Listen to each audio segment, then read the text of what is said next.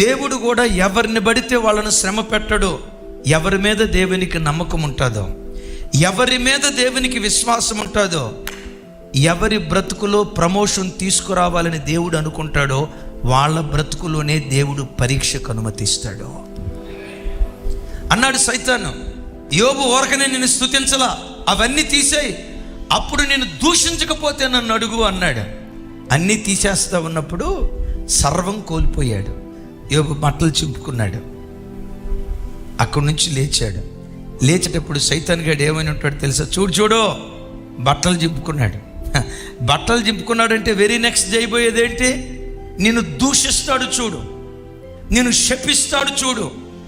ఏం చేశాడు దేవుడు నాకు, ఏమిచ్చాడు దేవుడు నాకు అని అనకపోతే అడుగు.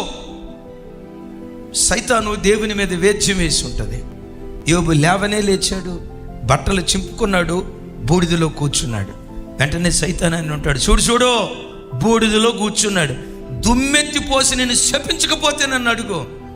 యోబు ఏం చేశాడో తెలుసా? ఆ బూడిదలో సాగిలపడి యెహోవా ఇచ్చెను, యెహోవా తీసుకొని పోయెను, ఆయన నామమునకు స్తుతి కలుగునుగాక, ఆయన నామమునకు స్తుతి కలుగునుగాక అని సర్వం ఉన్నప్పుడు ఎలా స్తుతించాడో, సర్వం కోల్పోయినప్పుడు కూడా తన దేవుని స్తుతించటం మానలేదు.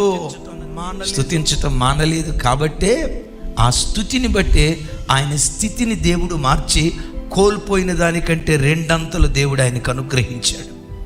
బిడ్డలారా, ఒక్కసారి చూడండి. ఓ దైవజనునిగా దేవుని ప్రతినిధిగా చెప్తున్నాను. కుటుంబంలో ఏం కోల్పోయావు? ఆరోగ్యం కోల్పోయావా? పర్వాలా. పేరు ప్రతిష్టలు కోల్పోయావా? చక్కటి ఉద్యోగం కోల్పోయావా? మంచి ఆర్థిక స్థితిగతులు కోల్పోయావా?